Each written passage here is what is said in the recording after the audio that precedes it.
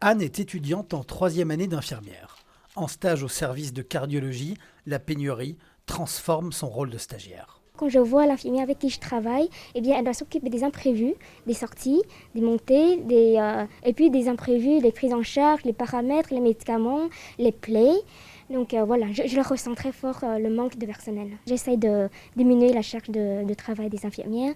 Et donc à la fin de matinée, il y a des infirmières qui me disent « Oh, merci Anne, heureusement que tu étais là ». Cette pénurie, elle existe depuis plusieurs années. Mais à l'heure où les hospitalisations de cas de Covid repartent à la hausse, les hôpitaux s'inquiètent. Les cliniques universitaires Saint-Luc, qui recherchent 100 postes d'infirmiers, tirent la sonnette d'alarme. On est en sous-effectif, mais c'est une situation qui est assez identique à il y a un an et demi, 2 ans. Donc pour Saint-Luc, il manque environ une centaine d'infirmières. Donc à notre échelle, c'est encore tout à fait possible avec de l'intérim, mais il nous manque. Et on espérait la sortie des écoles ici cette année-ci pour refaire des rentrées. Cette année, la Haute École Léonard de Vinci va diplômer un peu plus de 200 infirmiers.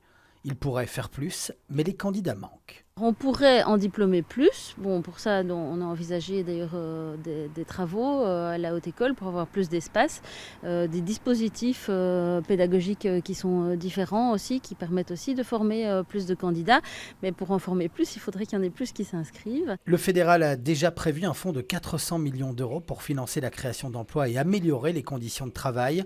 Car pour susciter de nouvelles vocations, il va falloir améliorer le statut des infirmiers. Avec la vigilance que nous devons mettre dans nous tous les jours, eh bien oui, une augmentation de salaire ne fera pas de mal.